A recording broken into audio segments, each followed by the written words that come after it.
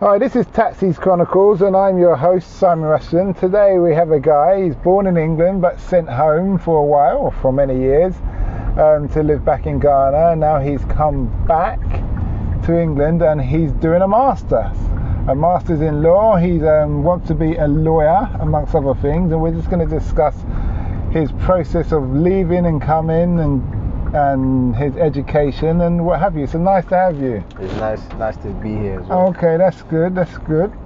So tell us your history of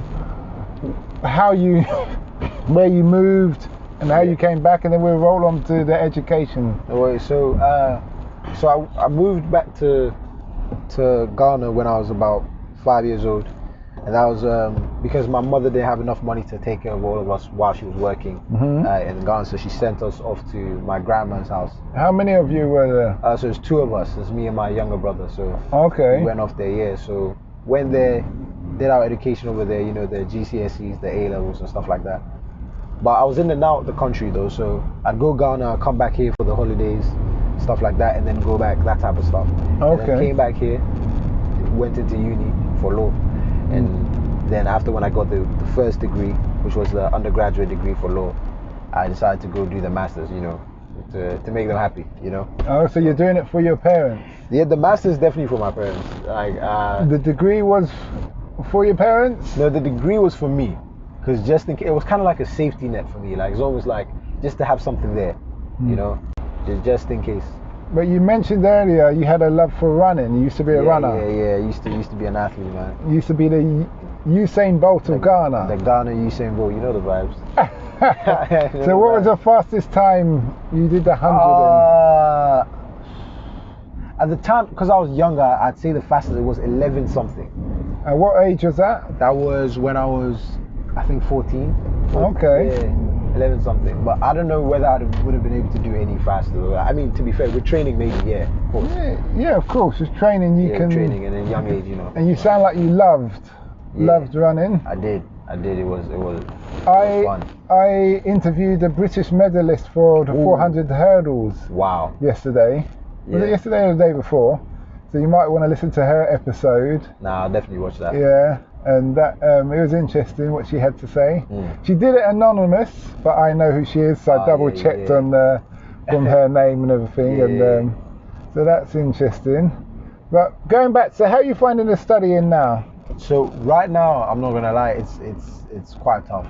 For me, it's been quite tough. I never expected it to be this hard, but I've been told it's my approach to the work and stuff, but in general, it's not easy, you know. So approach to the work in what sense? Pardon? Approach to the work in what sense? So the feedback I've been getting from the masters is pretty much I've been a bit theoretical in my answers, because how they taught us in undergraduate was to be theoretical, because you have to kind of showcase your knowledge, right? So you're trying to prove that you know what you're talking about, right? Whereas in this masters is all about the practical knowledge of how you're going to actually apply it in person or in the office, that type of stuff. And that's the bit I've had a bit of trouble with.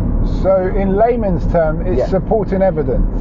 Yes, pretty much. So you need more supporting evidence, like exactly. Coca-Cola versus Vanguard proved that such and such and such a thing. Something like that. Okay, like that, but that's easy to overcome once you've been told that. Now I feel like I can tackle it easier because I've been told what the issue is, so I can kind of in my studies kind of attack that and try and get better at it, you know. So what apart from that, is there anything else you struggle with in the law? Academically, not really. I don't think so. I feel like more so like in practice eventually after the exam wise, I don't think there'll be much struggle, because it's more of like learning on the job, and I feel like I'm someone who can do that. You get me? Like I feel like that stuff comes naturally to me, but academically I feel like this is my only struggle right now. Okay. Yeah, it's not too bad. Okay, that's interesting. Alright. What would you say you wish you'd learnt, or what's the most inspiring thing you've learnt so far during this course? During this course, okay, so I feel it's not necessarily what I've learned, but what it's actually shown me. Okay. Because I feel like doing this course has shown me how, like, sometimes you genuinely don't know your strengths. You think something is almost impossible, but that's never actually the case. Like, because going through the undergrad, there were times where I thought like I couldn't do something, but you'd be surprised at just how much you can actually take. What was it that you thought that you couldn't do? So necessarily, I feel like, you know, like sometimes the workload, especially on undergrad, the workload was a lot. The retention of information, how much information you had to retain. Sometimes you believe or you think it's almost too much to be able to do. But eventually you realize that sometimes if you want it that bad, you will get it. Like, you know what I mean? Like, sometimes I wanted it that bad, I got it. So it showed me that I could actually retain a lot of information. I didn't think I could do it, but I did. Okay. Yeah. That's good. I know you said you're doing the masters, the law for your parents. Yeah. But do you honestly feel that it's for you? Because I meet many people who have parents who are saying, well, you have to do this and you have to do that. And really, like, I had a Chinese girl in the car, and she'd been studying in England for 7 years. No, she's Japanese, sorry. Yeah. And then we were talking and she's quite quiet, and then she just came out with an outburst of that. I just wanted to play the guitar. That's all I wanted to do. And I had to do this. And she's really unhappy. She did that. And I said, well, why don't you tell your parents? She's like, I can't. And all of this. So are you 110% this is what you want to do? You see yourself in court walking around with a white wig on? Definitely not. I'm not going to lie to you. And that's what I find it so interesting that you say that, because sometimes you think you're the only one. But honestly speaking, I don't necessarily see myself in the law like that though.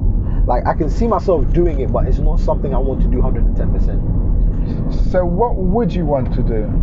I'm more of a creative person, right? So what I do is I do a lot of artwork. So like I draw and stuff like that, and just like trying to do stuff in your own, how do I say it, like your own business. Mm-hmm. Like trying to build your own business off of what you love to do, even if it's not that big, just something on the side. So like, have you considered setting up a YouTube channel and just doing artwork and filming yourself and talking about it and posting it? You know what's funny? It's funny because I've got a YouTube channel. Okay. But it's not centered around artwork though. It's just centered around like, because I started it when I was I think my second year of uni. So this was during my law year, my second year of uni. And I used to, what I used to do, I started off just doing like reaction videos. Like I just like to, because I'm also big on music. So I like to like break down the music that I saw and stuff like that. Like how maybe the instruments or how the track has been laid, beats, that type of stuff. Or so when you say reaction, can you expand on what you mean? Because I don't know, and my listeners may not know. Okay. So reaction video is pretty much like, for instance, let's say, who's your favorite artist, or who do you like? What music do you like? I'm not big on music. I don't really listen to music. I'm probably boring old fart in that thing. So I just, that's alright. Go on. So for instance, like let's just say podcast. Let's say your favorite podcast, right? I'd say Joe Rogan, Tom Bailey. Tom Boyley or Bailey, however his name, Impact Theory, things like that. Go on. Exactly. So, for instance, if that was music, what I'd do is, for instance, if music is obviously shorter, so that'd be like 3 minutes or whatever the case is. Something's been released, I watch the video and I give a breakdown. So sometimes, like Game of Thrones. Yeah, exactly. So yeah, when they're playing Game of Thrones. Exactly. And I see. I mean, people comment on Game of Thrones. Yeah, exactly. And say what they think. So it can be stuff a funny thing, or it can be a serious talking about funny, the half man and exactly. That's and what. So you're getting a lot of listeners on that, viewers. It's not bad. It's just here and there. Sometimes it fluctuates because it depends on what you're watching. And the amount of work you put in. Yeah, exactly. Like there's a African guy, I don't know his name, and he goes, what's it? I've forgotten his name. He's very amusing when he talks. Yeah. Sometimes somebody, they forward you and you watch him. He's really funny. But I don't know his name. Well, does he do the reaction videos as well? Yeah, he does reaction. Oh, now I'm interested because I'd love to see that. Yeah, he's really, really funny. Yeah. He gets. But I said, so you're artistic? Yeah. Like more like artistic and create, like just a creative kind of person, you know. So that's what I enjoy doing. It's just a passion of mine, you know. Yeah, I understand that. So you need to put energy into that. Yeah. You need to like planning. I don't know. When I went into uni to do my construction degree, the first unit we did was on planning, time management. I didn't think I thought this is boring, but now I understand why it's so vital. Yeah. So you plan for, like, you give yourself 2 hours a day of creativeness, and the rest is going to be right. And if you say 2 hours a day or an hour and a half, you're just going to focus on doing what you love, and then go back to your university stuff. Oh, okay. And then obviously you've got to eat, sleep, and all the rest of it in there. That's actually a good way to. And if you have that schedule, you get into that thing, and you've got to be fair to yourself. You don't want to block up the schedule as if you don't have any friends. So if you're a person who needs to associate with people, then you have to slot that time in, but you have to stick to that time. Yeah. So I know a guy who's another podcaster, but he does investment in America, and he says when he goes on a date, he tells the date, we've got an hour, and then I have to go. Okay. And it may seem rude and harsh, but he's focused. Yeah, that's true. So if he said, if it's just blase, it'd be like, no, you've got an hour, and we've got an hour, and that's it until we next meet. Yeah. You know. That's fair enough to me, actually. And that's what I would recommend. Yeah. It may seem harsh, but people who care for you would understand what you're trying to achieve. Exactly. People who don't, well, it's good because you know they're not worth bothering with. That's true. In that respect of things. I think that's the smartest thing to do, because at the end of the day, you're, like you said, you've got a goal. You've got something you want to reach, you know. At the end of the day, it benefits both parties anyway. Because if you're on a date with a girl, and eventually, let's say, you see her in the future. Yeah, kids and everything. Exactly. Yeah. The goal that you're aiming to achieve eventually will help the both of you. My it's all right. My attitude is if you want to travel with me and you're going to expect me to pay, then you need to toe the line. Do you understand? Yeah. So if I'm trying to do, someone said once, the money a man earns when he's married is everybody's. The money a woman earns is always hers. Do you know what I mean? So once you look at that, and that may sound, some people may argue that's sexist or whatever, but I would argue in reality it's true. It is true. Yeah. Then you've got to be able to be focused. Because as we know, there's many a man who's been left by a woman because he's broke. Yeah. There's never a woman who's been left by a man because she's broke. It's definitely not. It's not happening. It doesn't work like that. It doesn't work like that. And it's we can say unfair, or it's a fact of life that it just is what it is. Yeah, it just is what it is in life, you know. It is. We don't complain. Yeah, exactly, you know. Yeah. Probably why we get paid more. Yeah, exactly. We need it. That's what I'm saying. We need it. It's like that's just how the world works. Crumbles, isn't it? Yeah. The stuff like in favor of like of women, and then stuff that'll be in favor of men. It just is what it is. You know, like, it all balances. I argue it all balances out at the end of the day. Exactly, I think so. And stuff, but you know, you've got the feminists who. Always be bitching for some reason. Yeah, they might be on you for that. They'll always be on this for some reason. For sure. So tell us, obviously you said you commute between Ghana and England and London. Yes, sir. What's the differences, the pros and cons for both? So pros and cons in living there, right? Living there, living here. What's the pros and cons? I've lived in Kenya for 5 years, so I understand about living in Africa. Obviously, Africa's diverse and it's different depending on where your regions, where you are. I feel like in Ghana, or I would have said Africa, but I don't know about the rest of Africa. Fair enough. But I'd say that it feels more free. That it's weird to say, but like it just feels more free. Like the stuff that you could, and just like living conditions. Well, my living conditions there were different. So it's the same way, you know, if you're living in the UK and let's say you're living decent in the UK, you go there, you're living better because just money just doubles. or triples in it, right? Yeah, you've got more of a surplus workforce. Exactly. When you have more unemployment, more people are willing to do the smaller jobs. Exactly, right? So you get back there now. You have like maybe the money that you would have used to get like a 1-bedroom flat here or something like that. Now that kind of money that you have saved up can get you a compound that you're living in. Mm-hmm. So in that sense, it feels more free in that sense, and you can just do a lot of stuff where you're not being as watched. So for instance, in this country, it's like Big Brother, right? Everywhere you go, there's a camera everywhere you go, which is a good thing because it can prevent a lot of stuff. But over there, you don't feel as watched, you just feel freer, right? Yeah. One of the pros I say here is that just I feel like there's more opportunity here, obviously, to do a lot of things. People are more open-minded here as well, as opposed to in Africa, not a lot of people are hip to certain things. So this is how it is really, because like for instance here, you could do stuff as you can still do it there. Like you could do stuff as like, let's say, be a YouTuber or stuff like that. You could do that type of stuff. Whereas over there, like some people don't really understand how that works. Like, well, you say you can make money from YouTube. You say you could do this. Like people are not necessarily privy to that type of stuff. Whereas here, there's new ways to make it. We are very behind, in comparison to America. Oh yeah, I know. Like podcasting, for instance, we're way behind. I can see that. Yeah. Now people are jumping on it. Yeah. But that's because of the COVID and everybody in the lockdown. Yeah. But generally, we were way behind. When I used to speak to people about podcasting, huh?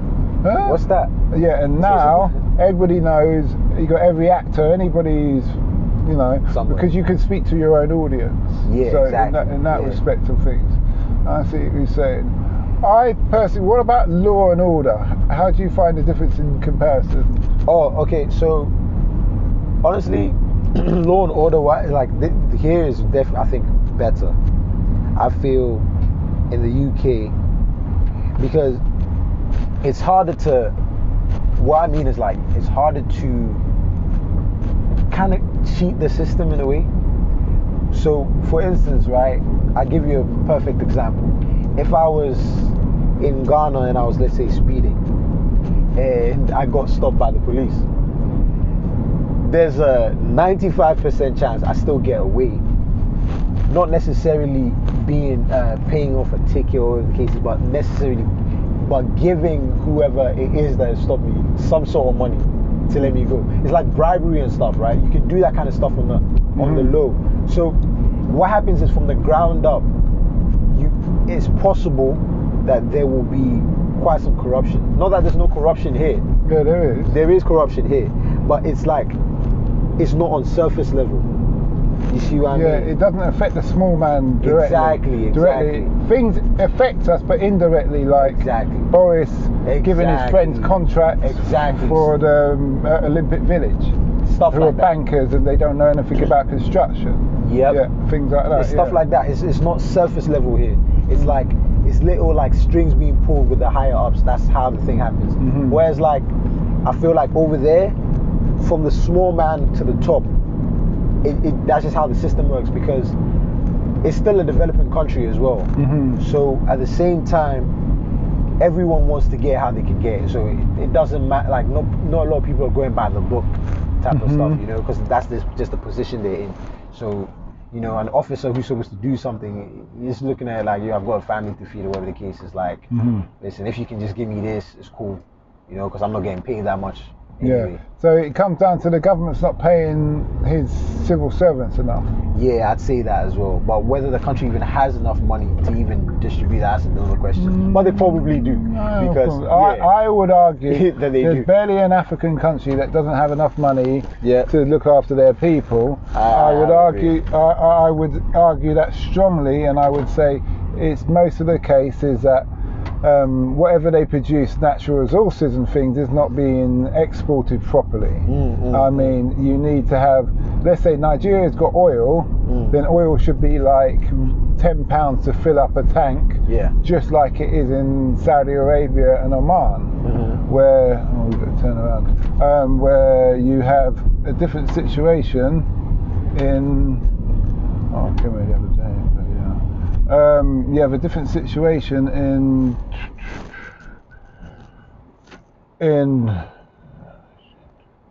you have a different situation in Africa.